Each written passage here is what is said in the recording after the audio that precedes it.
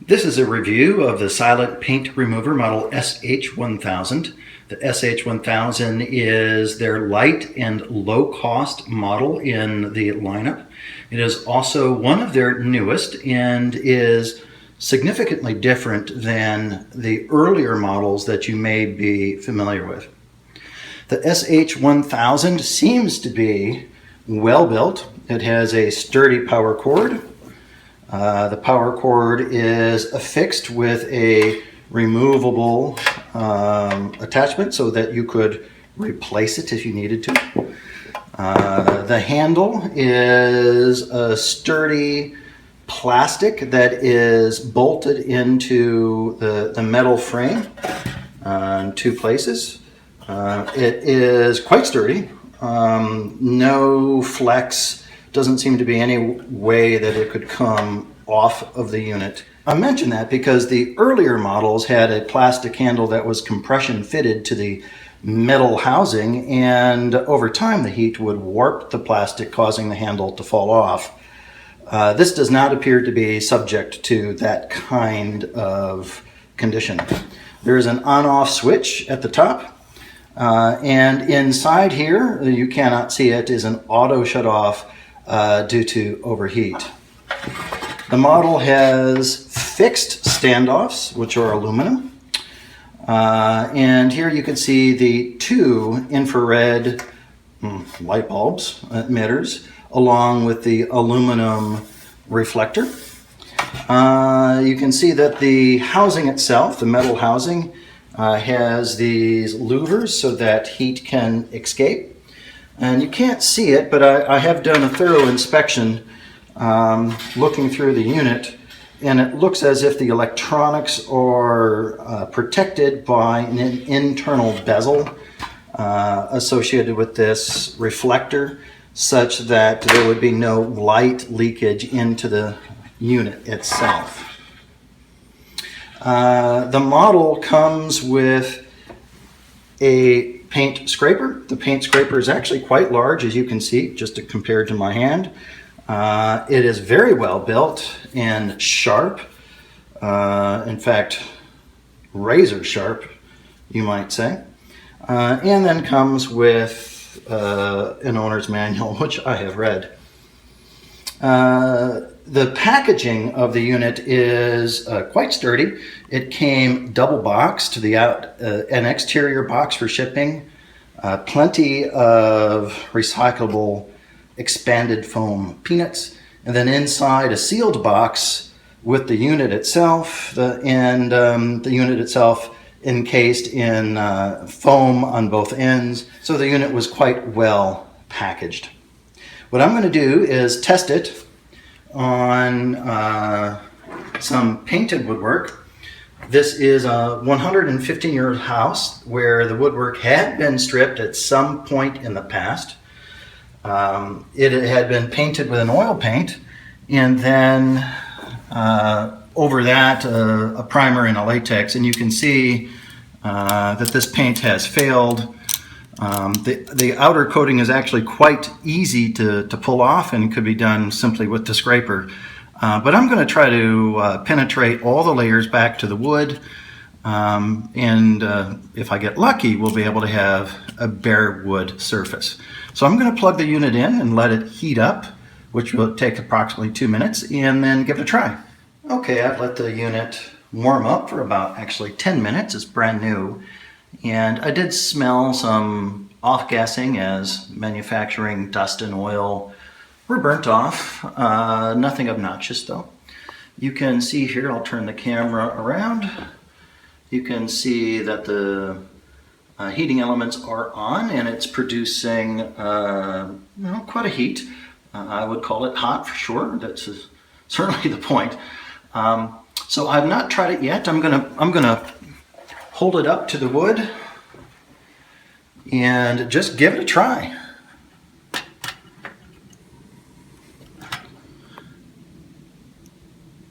The manual says give it about 20, maybe 30 seconds or so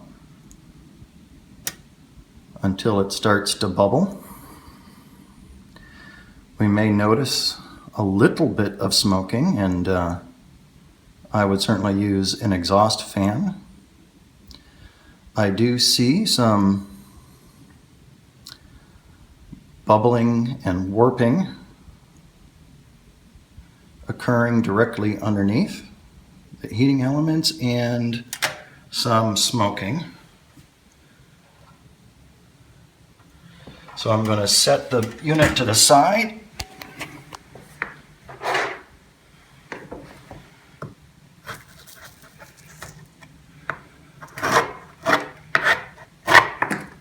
Excuse me.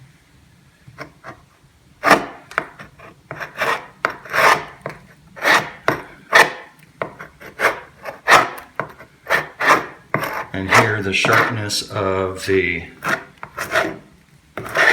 scraper really comes in handy.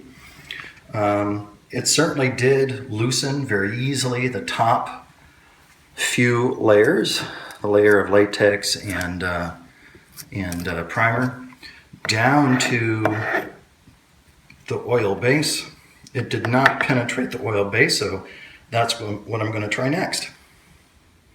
After about 2 hours or so, I've gained some experience with the unit. I have to say I'm pleased with the results.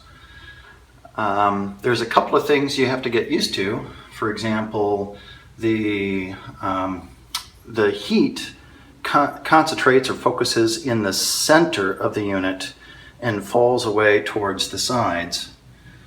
And because of the, in fact here I'll show you, because of the sides of the reflector, it's quite tricky actually to get how much you should overlap between passes.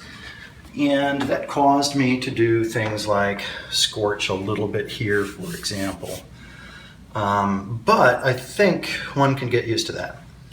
Also clear that when you're in the straightaways, for example, in the baseboard, for example, that went very, very quickly. That's probably just 10 minutes worth of work there.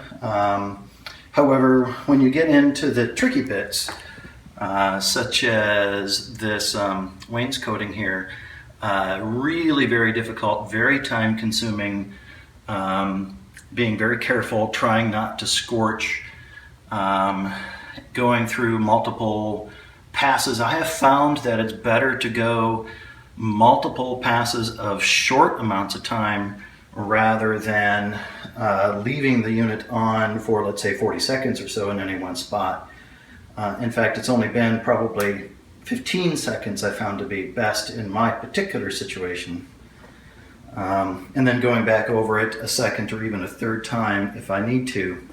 Also, I have found using a reflector, as suggested by the website and various comment sites. This is just a piece of cardboard. In fact, it's part of the box it came in, covered on one side with aluminum foil tape. And shockingly, I actually had my hand behind the cardboard. It didn't get warm at all. The aluminum foil works very, very well. You can pick that tape up in the HVAC section at your local home improvement store. And what I did is I just used it here on the wall, for example, to protect it. That said, I really didn't find that this had much impact at all on the wall.